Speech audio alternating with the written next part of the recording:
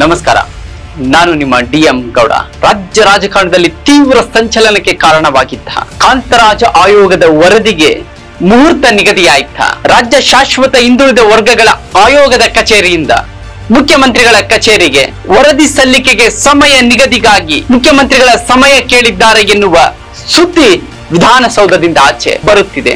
ಹಾಗಾದ್ರೆ ಕಾಂತರಾಜ ಆಯೋಗದ ವರದಿಗೆ ಸಿಎಂ ಸಿದ್ದರಾಮಯ್ಯ ಮುಕ್ತಿ ಕೊಡಲಿದ್ದಾರಾ? ಲೋಕಸಭಾ ಚುನಾವಣೆಯ ಒಳಗಾಗಿ ಸಾಮಾಜಿಕ, ಆರ್ಥಿಕ, ಶೈಕ್ಷಣಿಕ, ಜಾತಿ ಗಣತಿಯ ವರದಿಯನ್ನು ರಾಜ್ಯ ಸರ್ಕಾರ ಸ್ವೀಕರಿಸುತ್ತಾ ಅನ್ನುವ ಪ್ರಶ್ನೆಗೆ ನಾಳೆ ಬೆಳಗ್ಗೆ ಉತ್ತರ ದೊರಕಲಿದೆ. ಶಾಶ್ವತ ಹಿಂದುಳಿದ ವರ್ಗಗಳ ಆಯೋಗದ ಅಧ್ಯಕ್ಷರಾದ ಕೆ ಜಯಪ್ರಕಾಶ್ ಹೆಗ್ಡೆ ಕಾಂತರಾಜು ಆಯೋಗದ ವರದಿಯನ್ನು ಸಲ್ಲಿಸಲು ಮುಖ್ಯಮಂತ್ರಿ ಸಿದ್ದರಾಮಯ್ಯನವರ ಬಳಿ ಸಮಯ ಕೇಳಿದ್ದಾರೆ.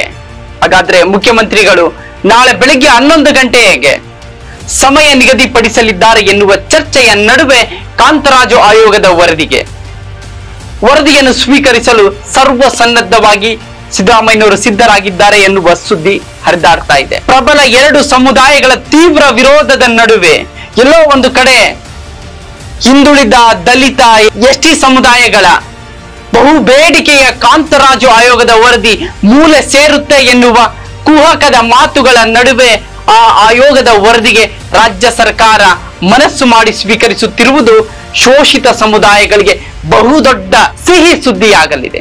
ಹಾಗಾದ್ರೆ ನಿಜಕ್ಕೂ ಕೂಡ 2024ರ ಲೋಕಸಭಾ ಚುನಾವಣೆಗೆ ಒಳಗಾಗಿ ಕಾಂತರಾಜು ಆಯೋಗದ ವರದಿಯನ್ನು ರಾಜ್ಯ ಸರ್ಕಾರ ಸ್ವೀಕರಿಸಿ ಸಾಧಕ ಬಾಧಕಗಳನ್ನು ಸದನದ ಒಳಗೆ ಚರ್ಚೆಗೆ ಅನುವು ಮಾಡಿಕೊಡ್ತಾ ಅನ್ನುವ ಪ್ರಶ್ನೆಯು ಕೂಡ ಶೋಷಿತ ಸಮುದಾಯಗಳನ್ನ ಕಾಡ್ತಾ ಇದೆ.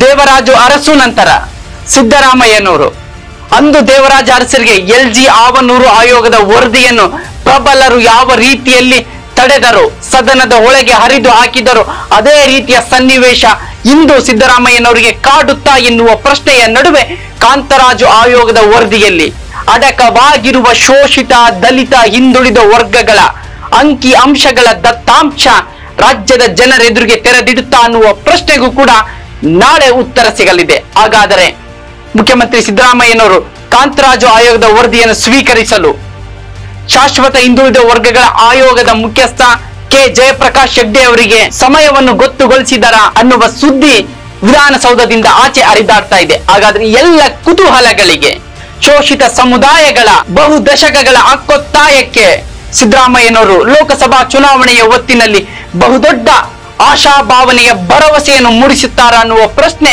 ನಾಳೆ ಸಿಗಲಿದೆ. ಇಷ್ಟೊತ್ತಲ್ಲಿ ಫೋನ್ ಮಾಡಿ ಅತ್ಯಂತ ತಳ ಸಮುದಾಯದ ಒಬ್ಬ ಶಾಸಕರಿಗೆ, ಸಚಿವರಾಗಿದ್ದವರಿಗೆ ಒಂದು ತಪರಾಕಿ ಆಗ್ತಾರೆ ಅಂದ್ರೆ ಇನ್ನು ಸಮಾಜದ ಒಳಗೆ ಸಾಮಾನ್ಯನ ಗತಿ ಏನ್ ಸರ್? ಮತ್ತೆ ಅದೇ ಈಗ ನಾನು ಹೇಳೋದಷ್ಟೇ. ಇನ್ನೊಂದಪ್ಪ, ಇವತ್ತು ಅನೇಕರು ವಿರೋಧ ಪಕ್ಷದವರಿದ್ದಾರೆ. ಅವರೇ ಅವತ್ತು ತಗಳೆ ಅಂತ ಪ್ರಶ್ನೆ ಹಾಕಿ ನನ್ನನ್ನ ಚರ್ಚೆ ಮಾಡಿದಂತ ಈ ಕೋಟ ಶ್ರೀನಿವಾಸ ಪೂಜಾರಿ, ಒಬ್ಬ ಹಿಂದುಳಿದ ನಾಯಕ, ಈಗ ಗೌಡ, ತೇಜಸ್ವಿನಿ ಗೌಡ, ಬುದ್ಧಿಜೀವಿ ಅವರು ಪಾಪ ಅವರು ಕೇಳ್ಬೋದಲ್ಲ, ಯಾಕೆ ತಗೋಬೇಡ ಇದ್ರೆ ನಾವು ಸಮಾಜ ಕೇಳಿದ್ರು ತಗೊಳ್ಳಿ, ಮುಖ್ಯಮಂತ್ರಿಯಾಗಿ ನನ್ನ ಕೇಳೋದು ಇವತ್ತು ಮುಖ್ಯಮಂತ್ರಿ ಕೇಳಿ, ಮುಖ್ಯ ತಗೊಳಕ್ ರೆಡಿ ಇದ್ದಾರೆ, ತಗೊಳ್ಳಿ, ಚರ್ಚೆ ಮಾಡೋಣ. ಎಷ್ಟು ಘಾಸಿ ಆಯ್ತು ಸರ್ ಅಷ್ಟೊತ್ತಲ್ಲಿ ನಿಮ್ಗೆ ಹಂಗಂದಾಗ? ನನ್ಗೆ ದಿಗ್ಭ್ರಮೆ ಆಗೋಯ್ತು. ಏನ್ ಸರ್ ನಾನು ಏನ್ ತಪ್ಪು ಮಾಡ್ದಿ? ಯಾರನ್ನ ಕೇಳಿದೆ ನೀನು ಸಭೆ ಕರೆದೆ, ನೀನು ಇಡೀ ಕ್ಯಾನ್ಸಲ್ ಮಾಡ? ಆಯ್ತು ಸರ್ ಬುಡಿ ಮಾಡ. ಮತ್ತೆ ಏನ್ ನೀವು ನಾನು ಅಲ್ಲಿಗೆ ಫೋನ್ ಆಫ್ ಮಾಡಿ